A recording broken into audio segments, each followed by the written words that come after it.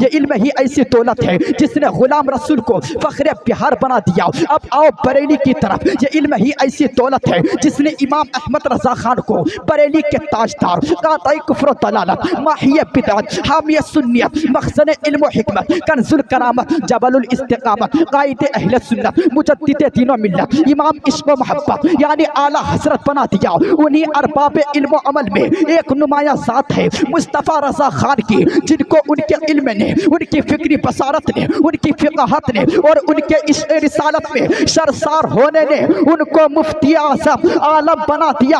اسی لیے تو ہم عاشق رسول، عاشق مفتی اعظم ہند کل بھی کہتے تھے اور آج بھی کہتے ہیں اور قیامت تک، آخری سانس تک کہتے رہیں گے۔ کیا نہیں جو ہی ہر ایک جانب ہے چرچا مفتی اعظم کا، خدا کے فضل سے اعلیٰ ہے رتبہ مفتی اعظم کا، جمال غوث اعظم کی زیارت مل گئی اس کو مقدس سے۔ اگر دیکھا ہے جلوہ مفتی اعظم کا، اے عرس مفتی اعظم ہند میں آنے والوں، عرس مفتی اعظم ہند میں آنے والوں، اس بات کو دل کی تختی پر نہیں، دل کے آئینے پر نوٹ کر کے اٹھنا۔ میرے مفتی اعظم کی شان تو یہ ہے، شان تو یہ ہے کہ حکومت کو بدل ڈالا، نہیں فتویٰ مگر بدلا، رقم تاریخ میں ہے کارنامہ مفتی اعظم کا۔ اے لوگوں، ایسے علماء کرام کے بارے میں مدینے کے تاجدار، دونوں عالم کے مالک و مختار احمد مجتبیٰ محمد مصطفیٰ صلی اللہ تعالی علیہ وسلم ارشاد فرماتے ہیں، مدینے کے تاجدار فرماتے ہیں، جلوس ساعت عند العلماء احب الی اللہ من عبادت الف سنہ، کہ علماء کی خدمت میں صرف ایک وقت بیٹھنا اللہ کے نزدیک 1000 سال کی عبادت سے بھی زیادہ محبوب ہے۔ یہاں تک ہی محدود نہیں ہے، مدینے کے تاجدار دوسری جگہ ارشاد فرماتے ہیں، دوسری جگہ فرماتے ہیں، ان العلماء ورثۃ الانبیاء، یقیناً علماء انبیاء کے وارث ہیں۔ اب مجھے بلا شک و شبہ کہنے دیجئے یہ وارث کس چیز میں ہے؟ تو یاد رکھنا مسلمانوں، یہ مال و زر میں وراثت نہیں ہے، مال و دولت میں وراثت نہیں ہے، جائیداد میں وراثت نہیں ہے، یہ اس چیز کی وراثت ہے جو ایک جاہل کو امام کی حیثیت دے دیتی ہے۔ جب علم کی صفت سے کوئی بندہ متصف ہو جاتا ہے، اس کے سامنے عوام جانب ادب طے کرنے لگتی ہے، اس کے علم کی کھنک کائنات میں گونجنے لگتی ہے۔ آپ کو نہیں معلوم، اے لوگوں سنو سنو، آج آپ کو غلام غوث ضیاء بتانا چاہتا ہے، یہ علم ہی ایسی دولت ہے جس نے حضرت ابو بکر صدیق کو دار الحکمت بنا دیا۔ ہاں، یہ علم ہی ایسی دولت ہے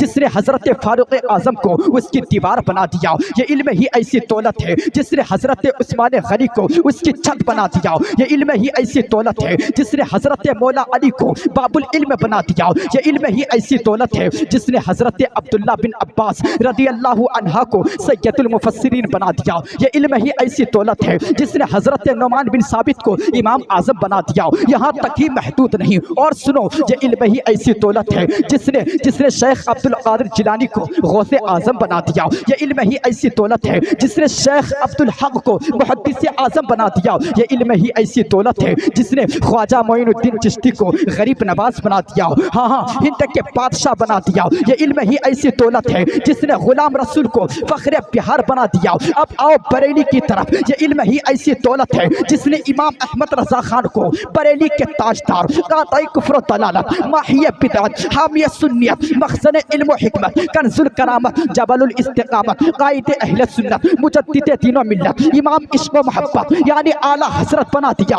انہی ارباب علم و عمل میں ایک نمایاں ذات ہے مصطفیٰ رضا خان کی، جن کو ان کے علم نے، ان کی فکری بصارت نے، ان کی فقاہت نے اور ان کے عشق رسالت میں سرسار ہونے نے ان کو مفتی اعظم عالم بنا دیا۔ اسی لیے تو ہم عاشق رسول، عاشق مفتی اعظم ہند کل بھی کہتے تھے اور آج بھی کہتے ہیں اور قیامت تک، آخری سانس تک کہتے رہیں گے۔ کیا نہیں جو ہی ہر ایک جانب ہے چرچا مفتی اعظم کا، خدا کے فضل سے اعلیٰ ہے رتبہ مفتی اعظم کا، جمال غوث اعظم کی زیارت مل گئی اس کو مقدس سے۔ اگر دیکھا ہے جلوہ مفتی اعظم کا، اے عرس مفتی اعظم ہند میں آنے والوں، عرس مفتی اعظم ہند میں آنے والوں، اس بات کو دل کی تختی پر نہیں، دل کے آئینے پر نوٹ کر کے اٹھنا۔ میرے مفتی اعظم کی شان تو یہ ہے، شان تو یہ ہے کہ حکومت کو بدل ڈالا، نہیں فتویٰ مگر بدلا، رقم تاریخ میں ہے کارنامہ مفتی اعظم کا۔